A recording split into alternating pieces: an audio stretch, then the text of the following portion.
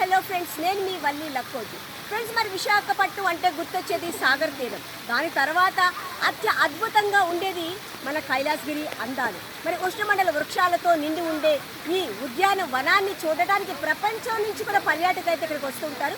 మరి కైలాసగిరిలో ప్రత్యేకంగా చూసుకున్నట్లయితే ప్రత్యేక ఆకర్షణ అనేది చెప్పుకోవాలి అని అంటే శివపార్వతుల విగ్రహాలు, దాంతోపాటుగా రోప్వే, స్కై సైక్లింగ్ కానివ్వండి, ఇలా ప్రతి ఒక్కటి కూడా ఇక్కడ చాలా అత్యంత అద్భుతంగా ఉంటుంది.